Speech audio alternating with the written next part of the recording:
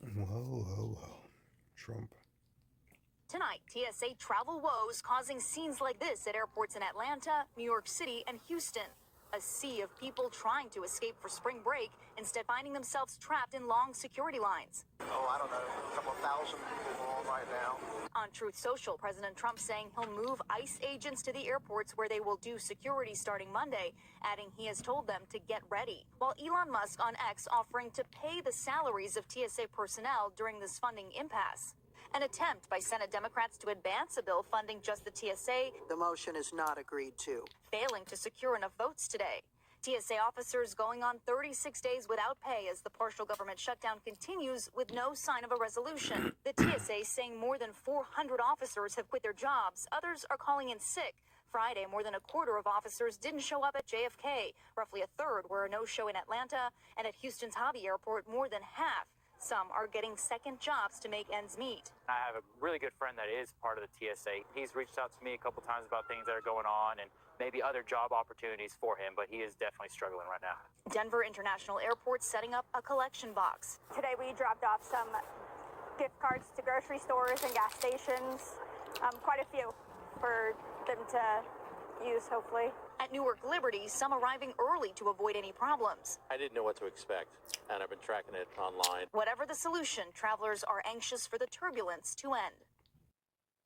Valerie Castro joins me from Newark International Airport. Valerie, how long should travelers plan to wait at airports across the country? Well, Jose, it really varies depending on where you are departing from. Right now at Houston's Bush Intercontinental, there is an estimated 80-minute wait at one of the security checkpoints there. Here at Newark in Terminal A, it's less than 10 minutes, and things have been running smoothly here for most of the day. Jose? Valerie Castro at Newark Airport, thank you. That is going to be a train wreck.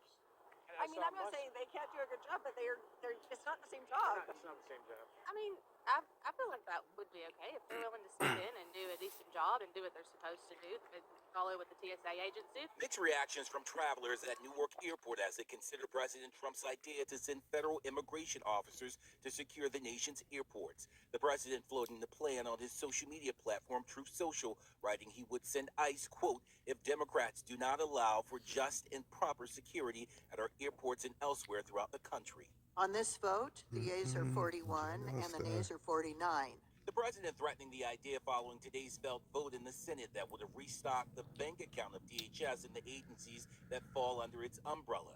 The weeks-long partisan fight hindering on reforms to both ICE and CBP immigration enforcement following at least 2 deadly shootings of American citizens. It is unacceptable to say we will only pay TSA workers if it is attached to a bill that funds ICE with no reforms. That's what Republicans have done.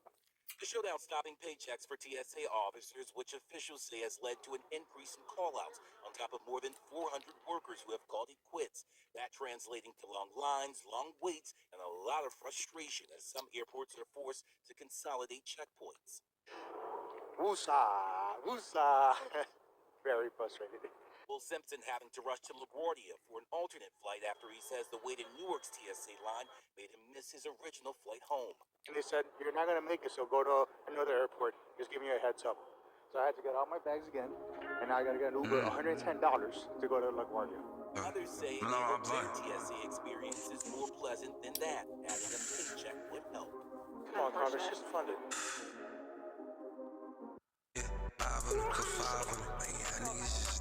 They do not pop and raw with it.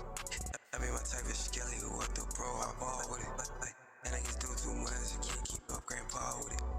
You niggas sniffing and y'all, it's real with it. What? You not keep up, like I do not got all day. I cannot be you who choose to be broken. You can't catch me in a rainy, are you okay? Like what? I cannot be down, like niggas ain't on timing. Big Drake, change the climate. You niggas ain't violent. Like, it's not that fast. What can you say about this right now? You're reading my screen. I can't see it. It's an article from NBC News. It looks like it's about some recent political developments, mentioning Republicans offering proposals, something about a nomination for the Department of Homeland Security, and some disagreements between Republicans and Democrats. What in particular were you wanting to discuss?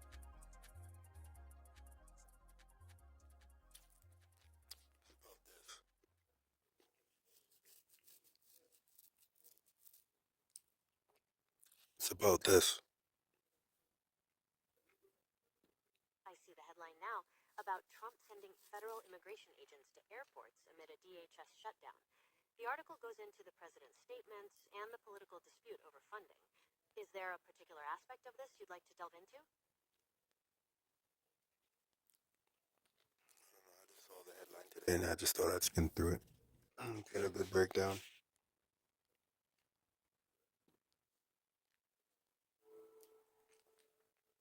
Basically, there's a funding standoff between Republicans and Democrats in Congress over funding for the Department of Homeland Security, which includes TSA. TSA workers are working without pay, and that's led to staffing shortages and longer lines at airports. President Trump is threatening to send ICE agents to airports, though it's not clear what they would do, and people are concerned about their lack of training. Does that make sense? Anything specific you're wondering about? Why would he threaten to send ICE agents?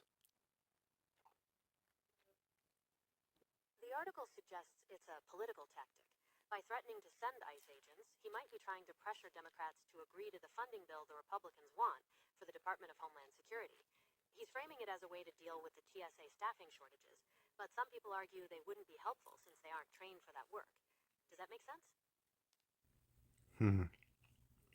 So, would you think that his method is effective?